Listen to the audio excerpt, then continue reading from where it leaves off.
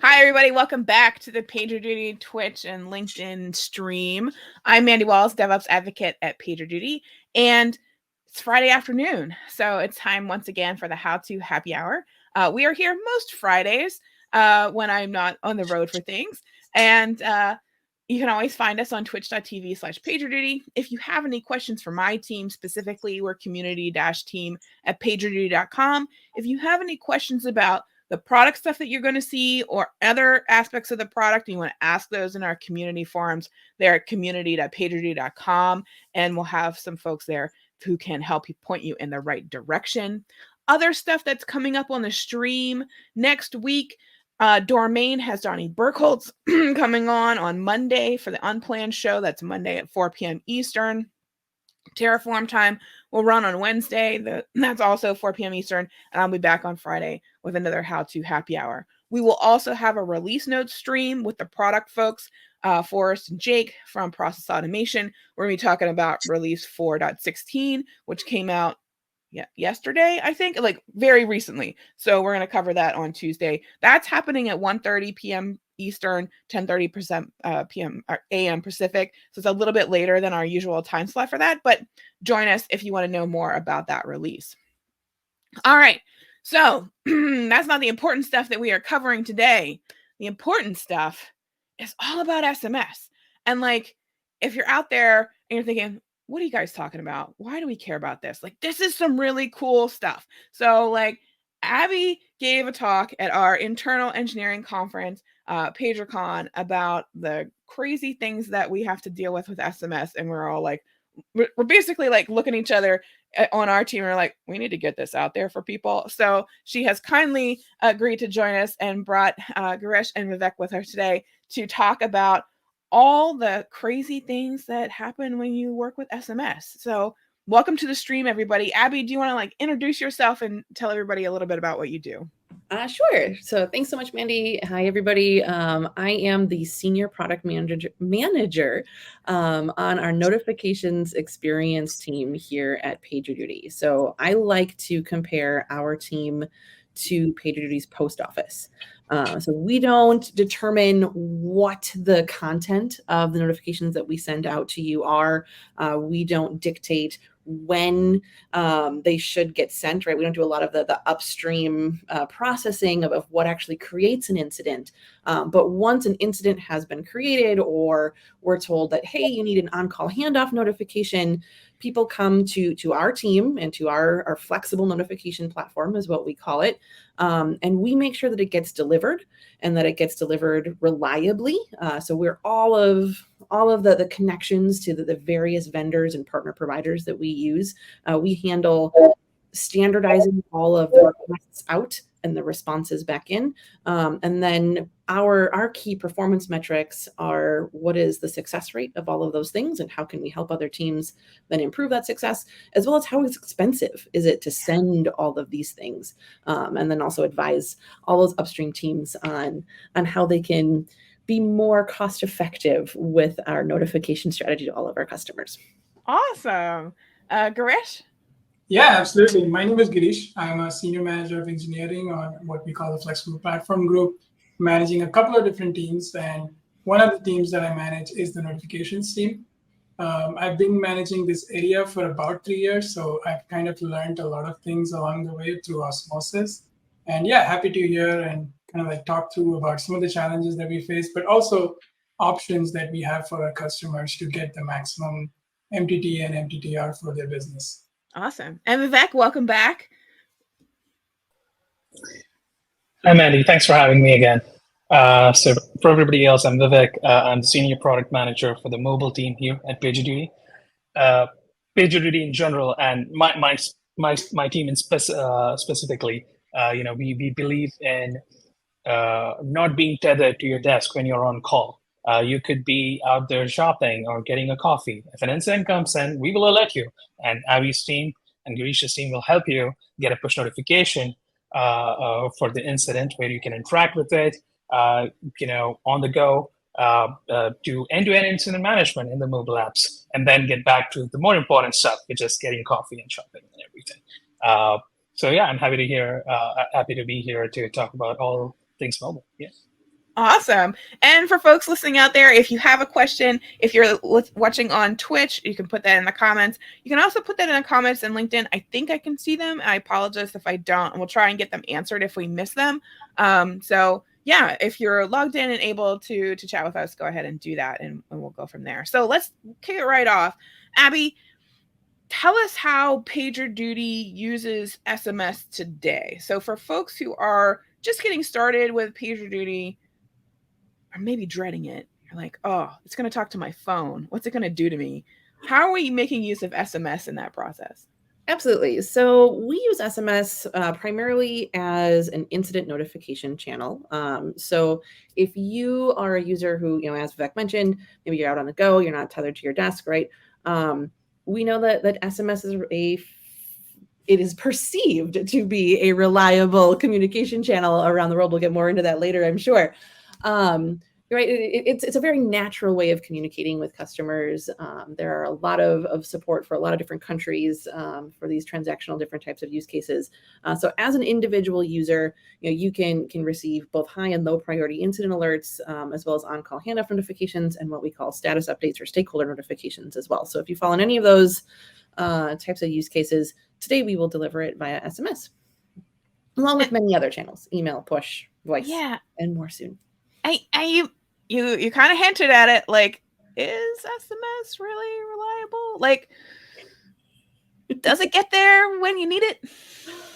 There are a lot of problems with SMS. Girish is our local expert. I have learned everything I know almost entirely from Girish. So I'm going to pass the mic over to Girish and let him talk about kind of what that underlying challenges from a carrier level are with SMS. Yeah, absolutely. So for the most part, we don't want to scare our customers. SMS works when it does work, and it is fairly reliable in countries where there is good support on the carriers for those types of SMS messages. When it comes to delivering an SMS message, it's important to kind of understand the entire chain between us and the end user, right? So we send an SMS to our vendors. So we have multiple different vendors that we work with. And those vendors in turns work with various carriers and aggregators and other SMS providers who then send that SMS message to the end user.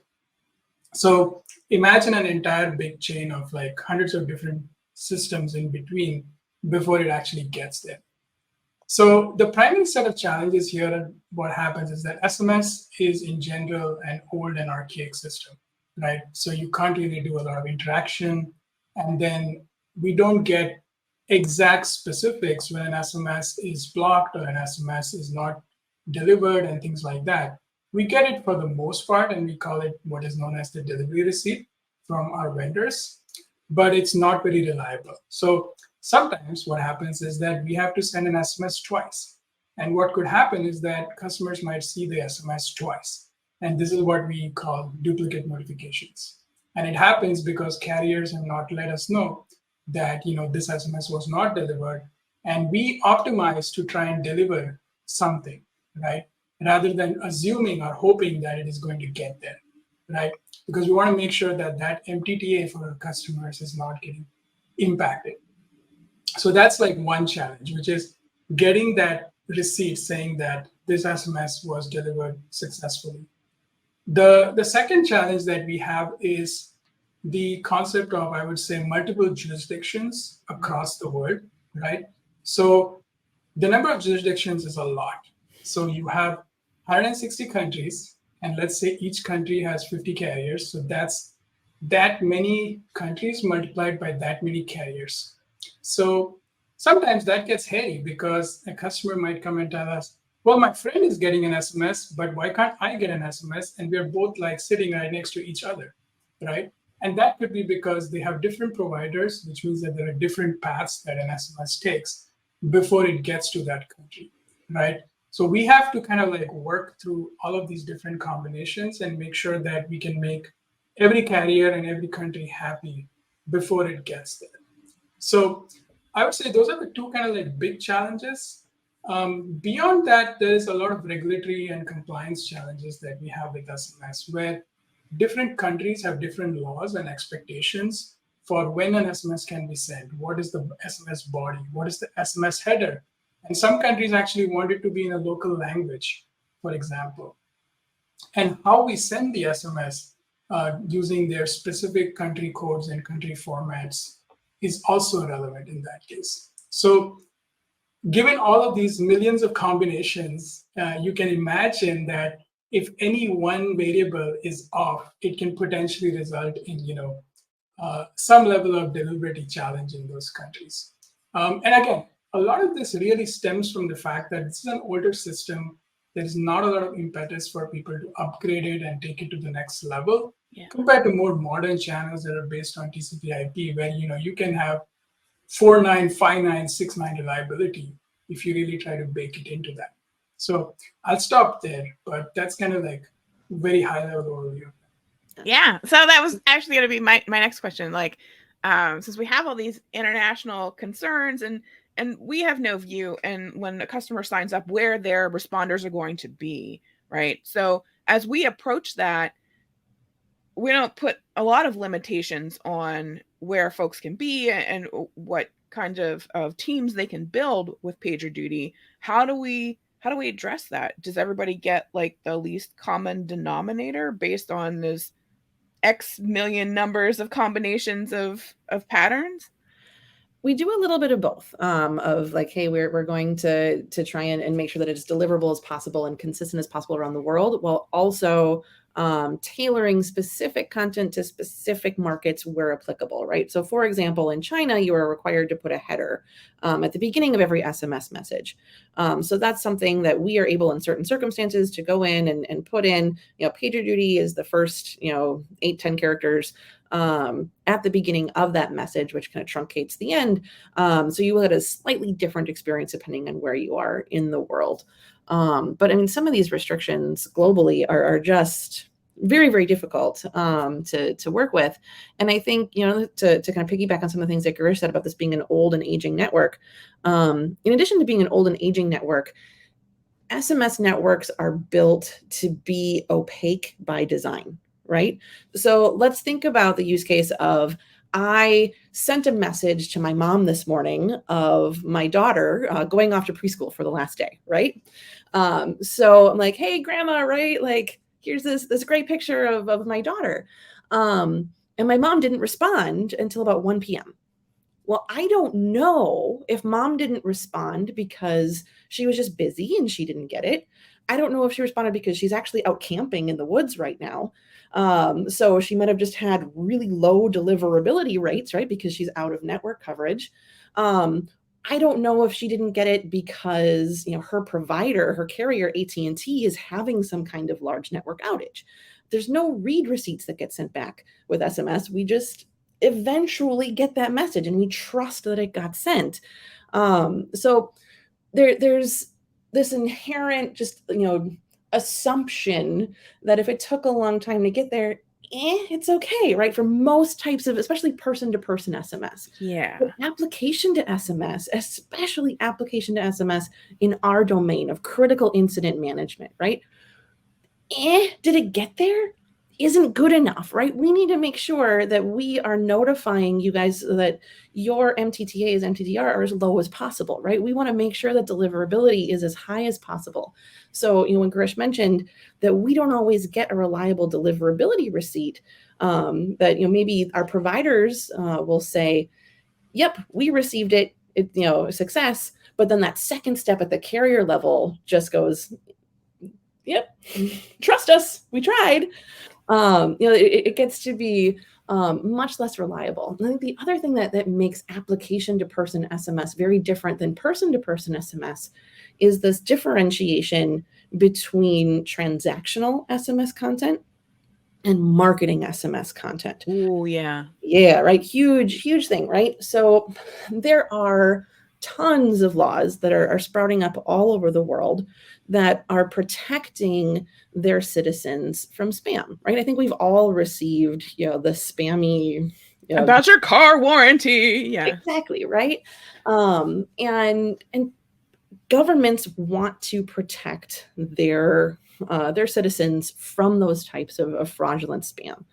So what we see is more and more restrictions, more and more filtering being placed at both the individual carrier level. So like here in the US, it might be AT&T or T-Mobile, right?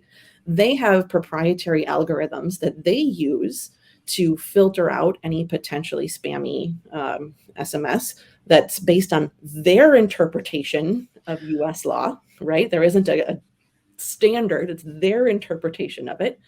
In addition, right, a provider that you may use to send on your behalf also has their interpretation of those same laws, and they don't want to be shut down by the major carriers. So they may also put a level of filtering and blocking.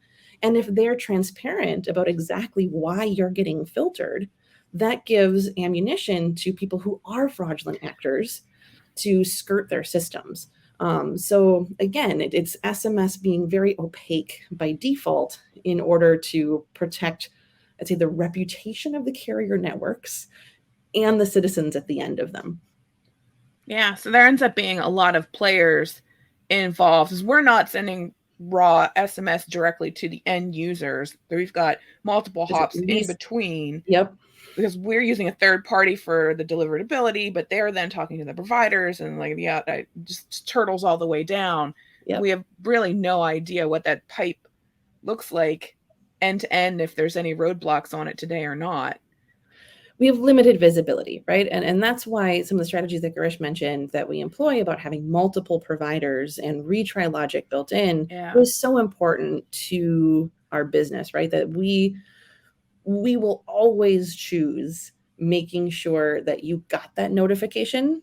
If we have the choice between maybe it got there and maybe we send you a duplicate, right? Because that is our core philosophy, right? That deliverability basically at all costs, right? Like we are really going to make sure that we try and get it there in a reasonable amount of time. Yeah, awesome. You had mentioned at the beginning that there's also then costs attached to this, and relatively speaking, all the notification styles and types and availability things that we have in the product, is SMS the most expensive? Yes. Is it? Okay. Clear answer. All right. Yes. Awesome. But it also varies by the country that our recipients are in, right? So, for example, here in the United States, you can look up SMS rates, but they're typically right around a penny or less, depending on the amount of volume that you're doing. I'm not right. The U.S. is by far the cheapest country in the world to get messages to.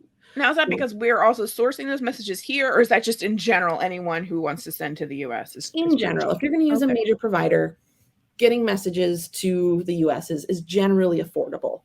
But if you want to get a message to, say, Kazakhstan or Uzbekistan, or that's going to cost you probably 25 cents a message. That's like 1990s pricing. Exactly, right? Plus there's countries, especially some of them in Eastern Europe, where your recipient is still going to be charged to receive that as well from an application standpoint. So if you're a PagerDuty customer who also supports SMS, if you're thinking about expanding your international presence, you really have to think about what is that end user experience for somebody who's going to receive it, and are you going to all of a sudden explode their phone bill by offering this service. So it's definitely something that we really take seriously about what is going to be the best channel for this particular user at any given time. Yeah, we definitely do get some questions, as like as you say, folks working through their onboarding process, they're signing up, there may be extra charges, yada yada, and they're like, is PagerDuty going to charge me if I choose SMS? I'm like, no, but your provider might, because exactly. Yep, your carrier might. Yeah, we never charge, but they will. Yeah, crazy. Yeah, absolutely nuts. Girish, go for it. Yeah. Oh, I didn't have anything on that. That's pretty good. One of the questions we do often get, and this is kind of, I think, partially maybe been addressed with some of the compliance things you're talking about, is folks want to be able to change what they're getting for their notifications and customize things, or put a link in it, or all those kinds of things. And as we've learned, we can tell them we can't do that. And it turns out that there's like a layer cake of reasons underneath why we're not able to do that for them. Oh, absolutely. My favorite example is opt-in compliance.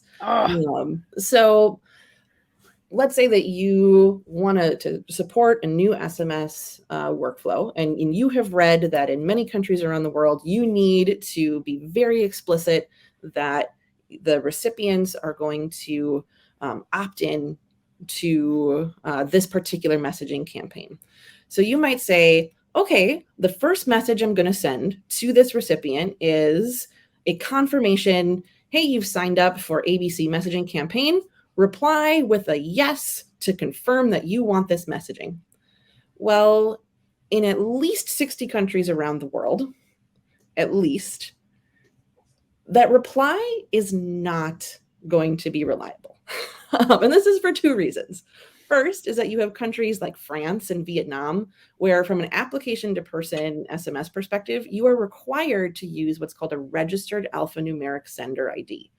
So instead of this being like a standard phone number that you would use to message your mother, you have to use a brand specific alphanumeric string, right? So ours is just PagerDuty. And you have to register that brand with the local carriers. So in France, the equivalent of AT&T, so like Orange and the other major carriers in Europe. And they will then look at your example traffic that you plan to send and say, yep, cool. We think that you are a trusted individual. Go ahead and send SMS to our citizens or to our customers. So, okay, so I can't reliably do replies. Well, how about I send a link and you have to click the link to confirm that you actually wanted to be a part of this messaging campaign. Well, in China and Romania, every single URL will be blocked if you try and send it over SMS. These two countries are incredibly strict. So again, if you want to have this universal experience for your customers, it gets really, really tricky. So you go, oh, well, instead of, just using my link, right? Because maybe I don't care about Romania and China, right? I just don't have that many users there. But a lot of other countries will heavily filter things like bit.ly or tiny URL. Oh, or sure. kind of URL shortener, right? Because an SMS message still under the hood only allows you to have between 70 and 160 characters. We can get into that as well about the differences there. Under the hood, we'll talk about that. And if you try and send, a URL that crosses that character boundary, it's not guaranteed to work anymore. Like it just gets dropped, or is it truncated, or is it split, or you just don't even know? It can, right? So like on all of our modern devices, right? Like my iPhone will look at a really long SMS that I send and it will concatenate it all together and it looks like one big message and it's no big deal, right? But if I send a message to, I think Peru, I'd have to double check. Don't quote me on this one. But we're going to use Peru as an example. I believe that Peru is one of the countries where concatenation is not guaranteed. So if I send a message that is more than 160 characters, I might get the second 160 character chunk before the first one. So if you have a URL that, bans that 160 character segment boundary, it's going to end up being all garbled and jumbled and completely unusable to that end recipient, right? So yeah, very, very complicated, right? So that's one of the really common reasons why you might say, oh, I want to use this link shortener, right? So I can stay underneath that segment boundary. But then countries like Norway, bit.ly, tiny URL, anything that's a common, not registered domain, doesn't have a great brand associated with it that directly belongs to you, you're never going to get that message delivered to your end recipient either. So you're kind of left with, like you mentioned, like this lowest common denominator, unless you're going to build very specific systems that target, how to get a particular message delivered, or you're stuck like trying to send instructions that make sense in 160 characters or less. And that's only 160 characters if you're talking, GSM 7-bit. If you want to start using Unicode, because Unicode characters literally take more 2 space, bits, yeah. that's where your SMS segment like ends up down to only 70 characters when you're doing things in the Unicode character set. So quit sending emojis, you know? Yeah, pretty much. Don't think that you can get by with shorter SMS or pre-mortem if you just use emojis, because no, then your segment length is all shot. Wow. Yeah, that's a lot to manage and to be thinking about, especially when you are we want reliable notifications to people on time, and it's not crazy marketing data, and it's not all this. It's like, you have a problem on this system, please reply. Yep. And even getting to that point is hoops to be jumped through all over the world, really. That's lots and lots of hoops. Oh my gosh. This like the whole conversation has been fascinating. Like you have no idea. Like, when you're using SMS, and like, yeah, usually I get things through, and sometimes it says undeliverable. And like, my mom lives in a rural area, so sometimes things kind of fall on the floor, but like, usually it gets there. I know the text messages are weird when I go abroad, so like, that's a whole other ball game when I'm on roaming, that things pop up when I get home, which is great 3 days later to get all those when I'm back on my own provider. So with all of this in mind, what's our best alternatives? Where are we headed? This is where we'll start turning the floor over to Vivek, because what we at the PagerDuty notifications experience team are strongly recommending to everyone is to set push notifications as your default, right? Push notifications as of today are not subject to nearly the level of international regulatory burdens and registration requirements that may change. But Vivek, I'll let you go into like all of the other great things about why the mobile app is so much better than SMS. Right. Thanks, Abby. And let me tell you this: I am coming from telecom industry as well in my past, and all the things that Abby and Girish mentioned. There's so many like downstream partners that have single points of failures that could not. They themselves don't know that whether the SMS has been like delivered or not. So PagerDuty, what it can do best is send them, but then there's like this black box that's happening before it reaches to the customer. But when it comes to push notifications, right? And most importantly, it's not just the deliverability; it's also the timing. We are living in a world where like seconds could cost you millions of dollars. So if you have these critical responders on call for important incidents, if an SMS delivery is delayed by 5 minutes, you could potentially lose out on like, let's forget about the dollar value. You care more about the customers, just like us, right? They could be facing downtime for a much longer time because of this. So here's where like push is beautiful.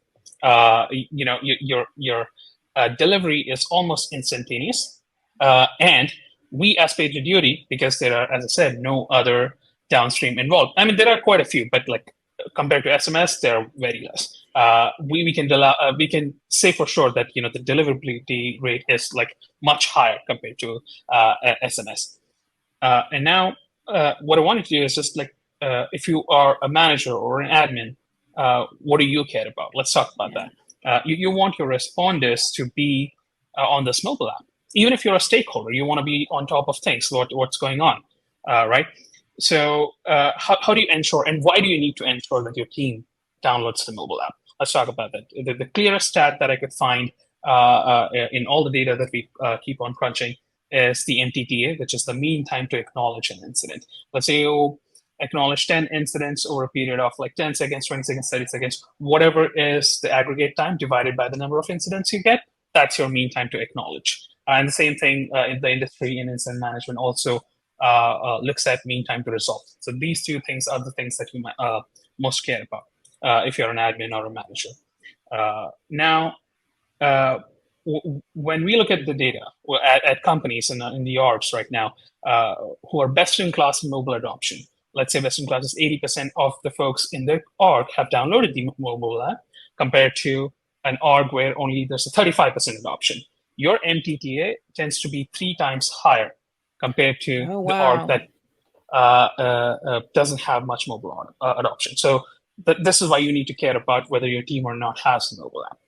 And when you, Abby was talking about, we can set like notification preferences. The beautiful thing about PagerDuty is you get to decide how you want to get notified. So you can decide and say, I want to get notified immediately for high critical incidents, and that means bypass my focus mode, bypass my do not disturb. If my volume is a little too low, you bypass all that and let me know. And this is where push notification is the only thing that can break through all of this and get to you almost immediately. So this is how we have this like MTTA being so low for people who have high mobile adoption. In PagerDuty Web, you can go ahead and like update your notification rules the way you want. You could decide between how you want to be notified. If you're too active on email, go ahead, do that. If you're too active on SMS, go ahead, do that. But yeah, what we recommend is like the fastest way to react to this is through push notification. What I'm going to do is just quickly share my screen and show you the onboarding step that sets up all these notification rules, and then talk a little bit about what else could you do in the mobile app apart from just looking at the incident title. That's what happens at SMS, right? Yeah. You get an incident title, you can maybe acknowledge and resolve if there is two-way communication. That's a big if. Abby knows more about it. You could be in a country where two-way communication is not allowed, so all you can do is just see that there is an incident coming, and then let's say if you're outside shopping, you have to go back and get back to your laptop. Go. Exactly. So for something like this, I'm going to share my screen. Yep. Real quick.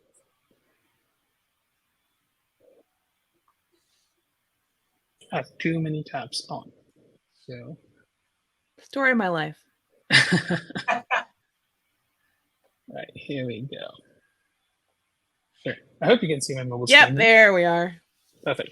So when you first download the mobile app, even before you do that, you get an invite to be a PagerDuty user. You go ahead, open your email, set your username and password. After that, you come here, download the mobile app. You'll be asked to give us certain settings, all the good stuff that I earlier spoke about, bypass your focus mode. You can choose not to as well if you think like, you don't want to be disturbed during focus time. You can go ahead and not give us that permission. But the first most important critical information we ask is you give us the permission to enable the push notifications. This is how we reach out to you. And then eventually you'll get to this screen, which gives you the option of how do you want to be notified, right? So, you can choose, whatever you want from this. I'll choose, the best practice available for now. Oops.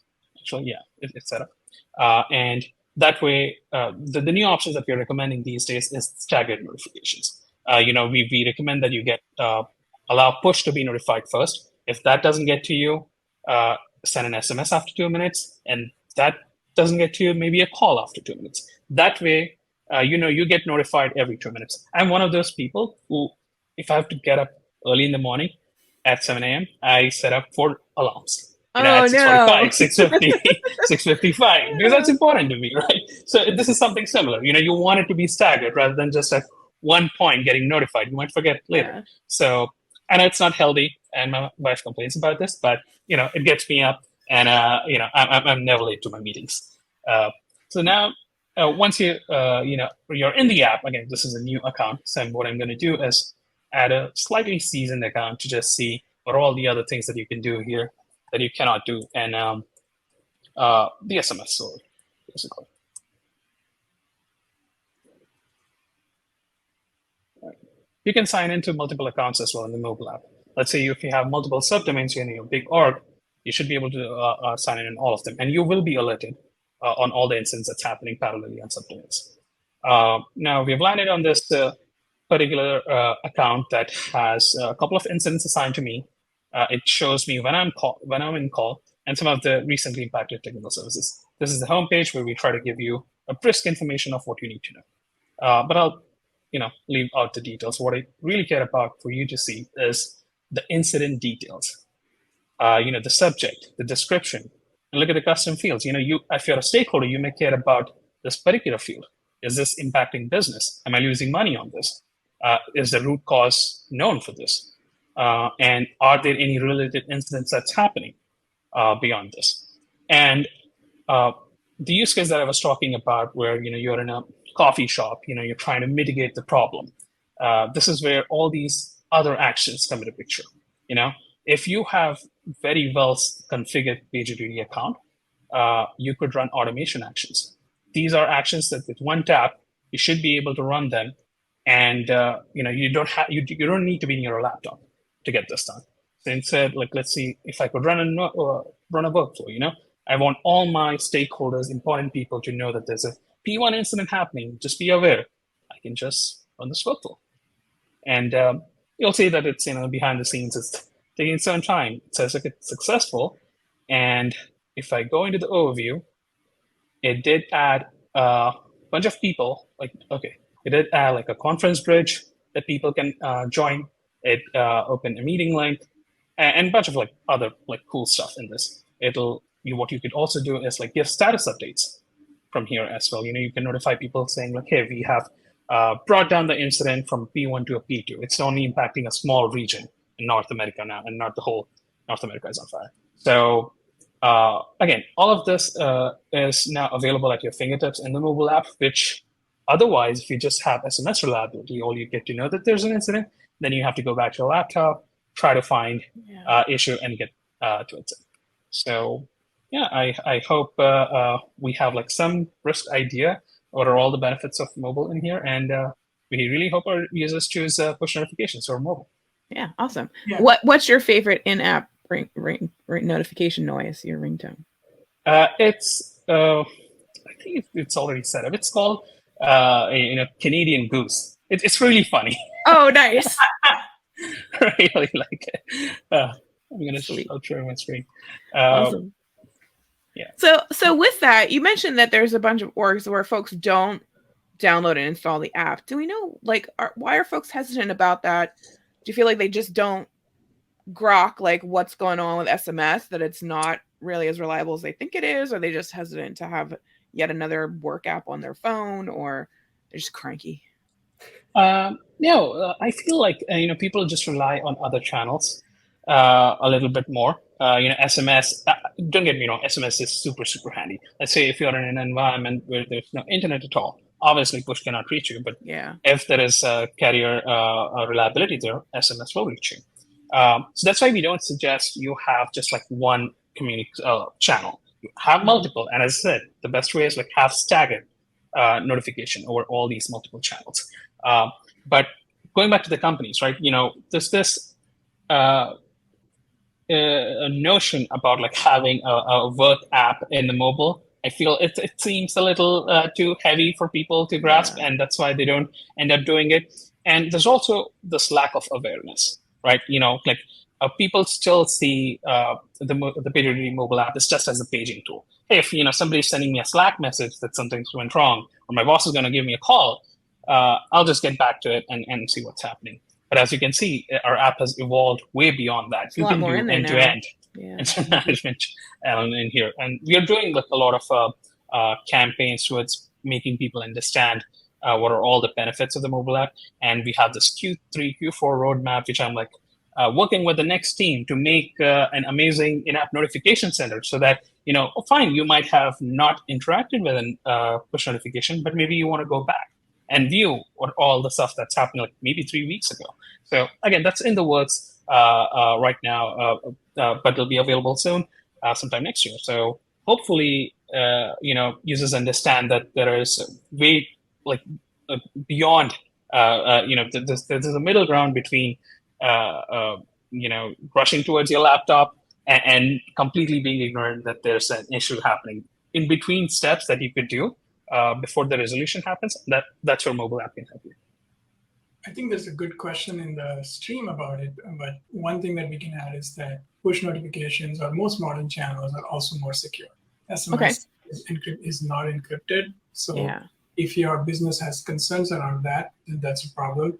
Something that we're also learning recently is that the content of your SMS, based on the business that you're in, could affect its deliverability. So if you are a business that has a bank name in it or something that looks like a financial transaction, it could get blocked, right? So by just virtue of the name that you carry in your business, it could get blocked. So the fact that somebody can open your message, read it, and then block it is very specific to SMS. But those challenges don't exist with mediums like push and other modern channels.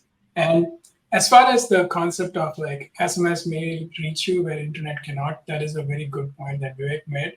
But that is also changing, right? Nowadays, I have Wi-Fi and WhatsApp 30,000 feet above in the sky, but I don't have SMS, right? So I think internet restrictions and some of those things have changed over the last 10 years. So people are still thinking that, internet is unreliable, like from 1998, but we're in 2024 and 2023, right? Now things have changed. Now you have internet in the woods and you have internet 40,000 feet above in the sky and things like that. So I think there's a lot of that kind of like a mindset that also has to change, that internet has become more and more reliable and more available and cheaper as well, globally, not just in specific countries. And since you guys are from the telecom industry, like that's all going to continue to improve as things like 5G get rolled out in more locations and the handsets improve and all that kind of stuff too, versus SMS, which is going to be SMS forever. Like there's no talk of changing that protocol or making improvements to it in the long term, right? Not that I know of. Yeah.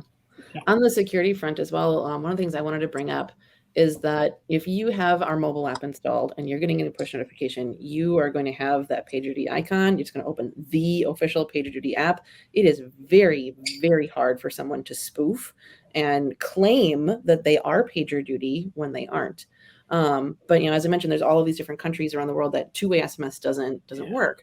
One of the reasons why two-way SMS might not work is because when you're using some of these aggregate providers like we do, in order to ensure deliverability, either they will or at the individual carrier level, they can just change the sender ID that you are using. So like we try really, really hard to keep what we call our V card up to date so that any of our users can download that V card, know exactly which numbers you can trust are coming from PagerDuty for all of our SMS, all of our phone notifications. But there are some countries around the world where we expect them to change because that's what our partners are doing in order to ensure that the message gets to you. When that happens is when we lose two-way support. But it also means that it might bypass any custom preferences you have, that you're maybe a specific ringtone or a specific SMS notification sound when you see PagerDuty in the caller ID.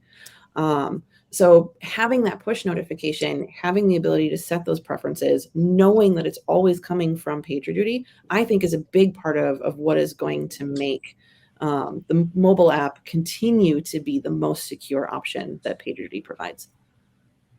Yeah. Awesome. And thanks for the question, Arash. That was super interesting too. Sweet. Is there anything else? Yeah. Oh, go ahead. Yeah, no, just want to like double point what Abby mentioned. If you want to be 100% secure that this SMS is being sent by PagerDuty, the best way to update your vCard, download the mobile app. Yeah, it automatically updates the vCard basically because, as Abby mentioned, we constantly keep on sometimes changing our phone numbers as well. So it'll keep you up to date and get you and let you know that this SMS that you're getting from is from PagerDuty basically. And as I said, it's not mutually exclusive that you have to either rely on this or the other. Have a mix of all the channels for the best response rate. Absolutely. And if you're like Vivek, you can have blow up your phone and it'll just send you everything.